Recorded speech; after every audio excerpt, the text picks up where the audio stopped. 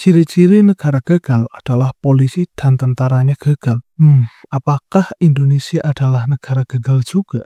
Sebenarnya sebuah negara bisa dikatakan sebagai negara gagal atau failed state ketika pemerintahannya tidak lagi mampu buat menjalani fungsi dasar negara secara efektif. Seperti misalnya menyediakan layanan publik seperti keamanan, kesehatan, pendidikan, dan infrastruktur. Ketidakstabilan politik dalam negeri, korupsi merajalela, dan kemiskinan di mana-mana, banyaknya pelanggaran HAM, lemahnya penguasaan wilayah oleh pemerintah, serta tingginya arus pengungsi.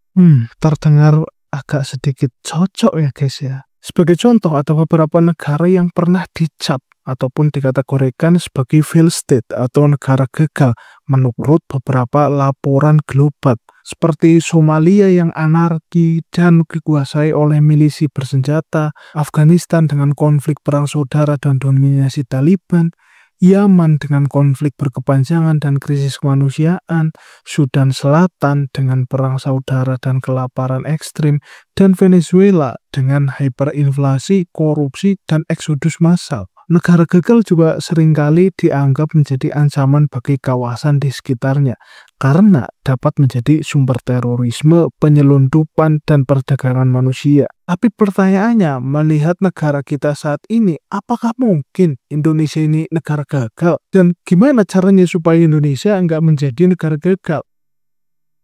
Mari kita bahas.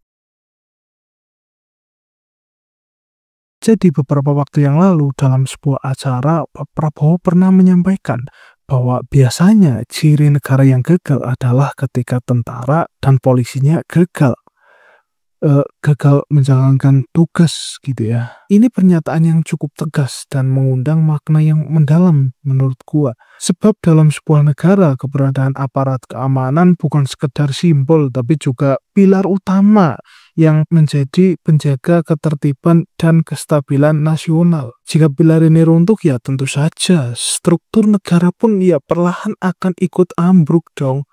Mungkin maksudnya gini ya, jika aparat keamanan tidak mampu mencegah ketertiban, menegakkan hukum, dan melindungi rakyat dari ancaman, maka negara tersebut bisa aja buat dikategorikan sebagai negara gagal. Logika sederhananya, jika polisi gagal, maka hukum tidak ditegakkan, kejahatan merajalela, dan masyarakat hidup dalam ketakutan. Jika tentara gagal, maka negara rentan terhadap ancaman dari dalam seperti separatisme, konflik bersenjata, maupun ancaman dari luar negara juga seperti invasi dan campur tangan asing. Di sini yang gue lihat sih Pak Prabowo juga melihat bahwa stabilitas dan keamanan itu adalah fondasi utama dari sebuah negara yang kuat. Tanpa adanya stabilitas, pemerintah tidak akan bisa berjalan dengan efektif dan kebijakan yang dibuat tidak akan berdampak maksimal. Pembangunan bisa saja terhambat dan roda ekonomi pun ikut lumpuh. Semua ini akhirnya hanya akan membawa penderitaan bagi rakyat. Oleh karena itu,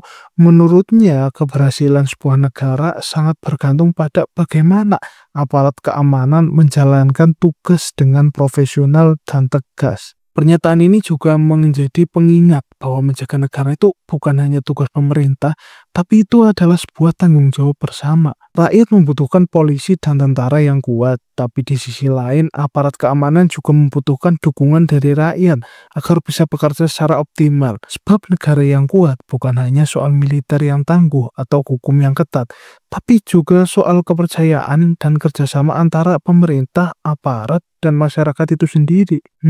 Tapi kalau dipikir lagi kayaknya dejavu juga ya kalau ngelihat negara kita saat ini. Seperti yang sedang terjadi baru-baru ini, banyaknya oknum mulai dari tentara, polisi, hingga pejabat negara yang bertindak semena-mena, bahkan cenderung mengabaikan kepentingan rakyat di atas segalanya. Padahal sebagai pilar utama negara, mereka seharusnya menjadi garda terdepan dalam melindungi dan melayani masyarakat, bukan justru menyalahgunakan wewenang demi kepentingan pribadi atau sekelompok orang tertentu. Ketika kepercayaan publik terhadap aparat dan juga pejabat mulai runtuh, Maka yang tersisa hanyalah rasa frustasi, ketidakpuasan yang semakin meluas di tengah masyarakat juga. Dan tentu saja situasi seperti ini menimbulkan banyak sekali sentimen negatif baik terhadap aparat maupun pejabat negara. Lagi dan lagi masyarakat mulai kehilangan kepercayaan terhadap sistem pemerintahan yang seharusnya menjadi tulang punggung kesejahteraan dan keadilan. Kekecewaan ini muncul bukan tanpa sebab dan alasan, melainkan karena masyarakat terus-terusan disuguhin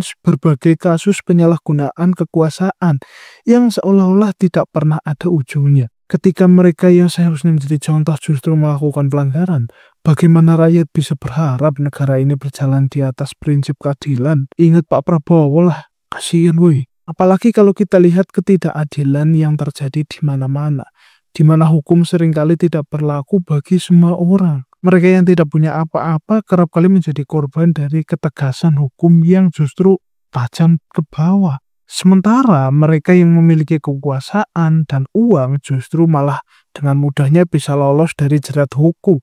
Rakyat kecil yang terus-menerus berada dalam posisi yang dirugikan, sementara hukum seakan menjadi alat bagi mereka yang berduit untuk mempertahankan kekuasaan mereka. Jika keadilan terus dipermainkan, maka lambat laun hukum itu sendiri akan kehilangan maknanya di mata masyarakat. Inilah kenapa hukum dan stabilitas politik suatu negara itu sangat penting. Tanpa adanya hukum yang adil dan tegak bagi semua orang, maka kepercayaan terhadap sistem pemerintahan akan terus melemah.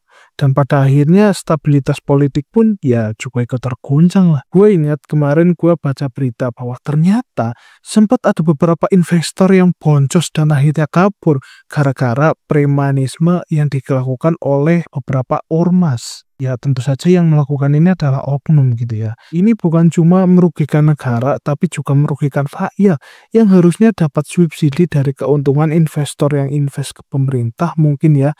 Tapi malah gak jadi gara-gara budaya premanisme yang ada di mana-mana kayak gini. Emang udah setara koruptor aja ini ya menurut gua. Sebuah negara hanya bisa berdiri kuat jika rakyat merasa dilindungi, bukan justru merasa ditindas oleh aparat dan pejabat sendiri. Maka dari itu mencegah keadilan dan integritas dalam pemerintahan bukan hanya sekedar tanggung jawab para pemimpin, tapi juga menjadi fondasi utama dalam membangun negara yang benar-benar berdaulat dan dihormati. Tapi apakah mungkin Indonesia ini bukan negara gagal?